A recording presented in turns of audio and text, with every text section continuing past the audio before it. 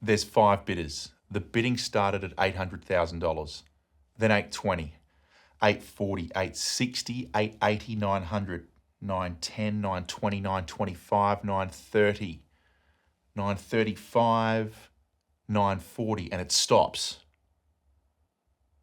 The vendor's reserve is $1 million, and you just simply are unable to extract any more bids. What do you do in this situation?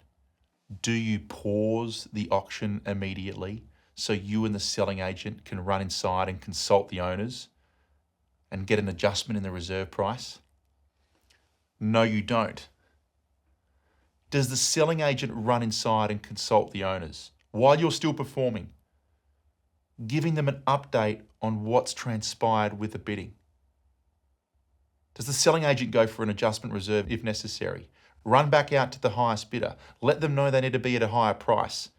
And does a selling agent run in and out from the vendor to the buyer, from the vendor to the buyer, to do all in their power to close the gap, to put the property on the market and to sell? You're still entertaining the crowd. That right there is walking the floor. You'll only pause if the agent can't get the buyer negotiated up to bid on top of themselves to the premium price to meet the vendor. If the selling agent can't do that, then you'll stop. If you pause quickly without the selling agent doing this first, the tension of the auction has been released. There's a big gap of dead air, and you lose your momentum. You lose some negotiation leverage. You keep going on and on and on to buy the selling agent time to walk in and out between the bidder and the vendor to close the gap, and this is walking the floor. Let's have a look at the signature system. We started off with a position piece and with the auction strategy chat, otherwise known as the reserve set meeting. Then we worked our way to the pre-auction setup and the snappy intro. From there, we worked our way to the explore component. We started with the opening bid stretch, then we worked our way through to the bidding flow.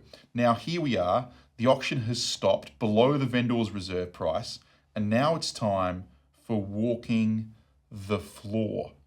The biggest mistake that auctioneers and agents tend to make in the explore phase is to push. They push, that cliche auctioneer and real estate agent push to get more money from the buyer, or the push to get the vendor to decrease their reserve price. At Auctioneer Masterclass, we explore. We lean in and the answer reveals itself.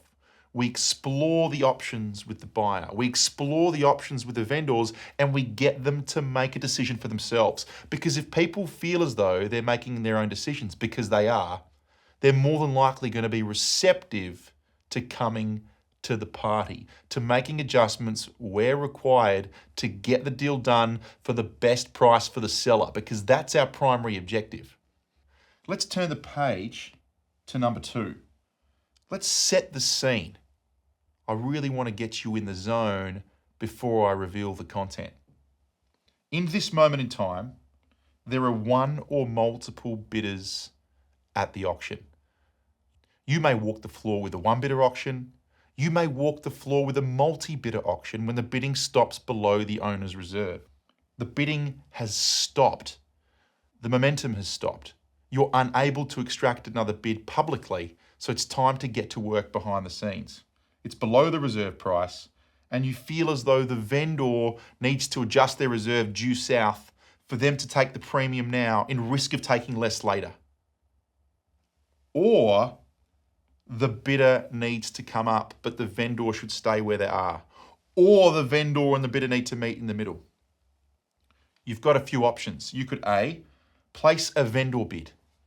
Bidding started at 800,000, 5 bidders. Bidding rises up to 940. You could place a vendor bid of 980 or 990 or $1 million. But maybe none of those buyers are at that level. You scare them away, they all walk off, and then you've got nothing. You could pass the property into the highest bidder at 940 and enter into a negotiation with them. But all of a sudden, it's just them and you, one-on-one in the living room. One-on-one, the power could be with the buyer. Your other option is you could pause the auction. The auctioneer pauses, walks inside the living room to get the vendor to adjust their reserve price to meet the market. All of a sudden, there's dead air, there's no talking, the tension has disappeared.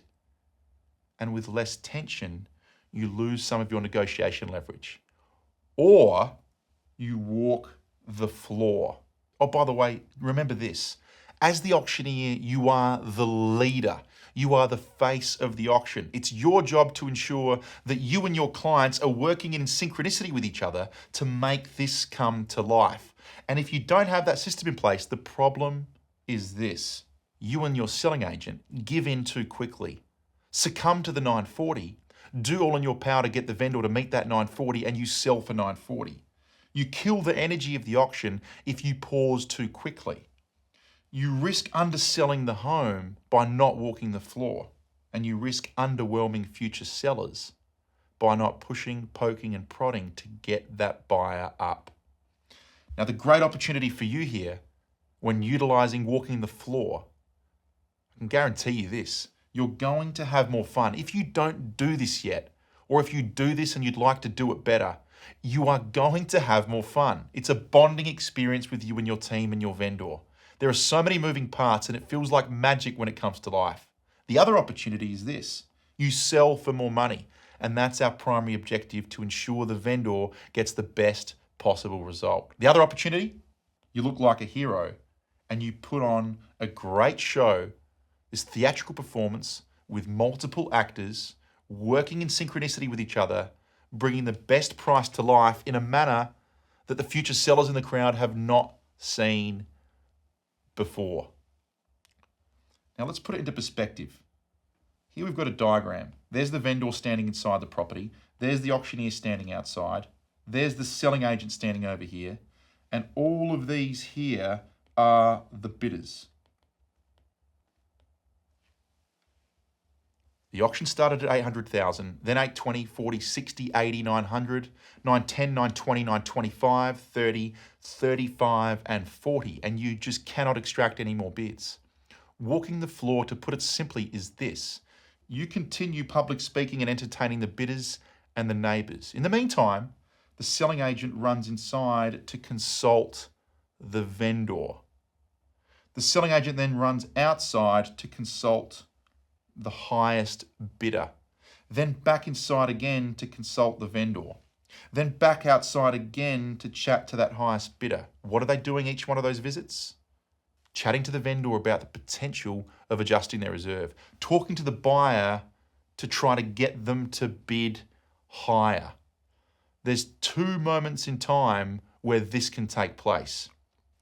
The bidding is about to surpass the vendor's reserve. It's just about to surpass the vendor reserve. In that earlier example, maybe when it's at 900 and 910, 925, selling agent runs inside as it's still moving along, but prodding along slowly in anticipation that it could stop at any moment. The second moment in time to be running inside, to consult the vendors, to trigger the walking the floor, is if the bidding stops below the vendor's reserve price. Let's roll up our sleeve and take a look at exactly what these conversations sound like with both the vendor and the highest bidder. Welcome to Walking the Floor.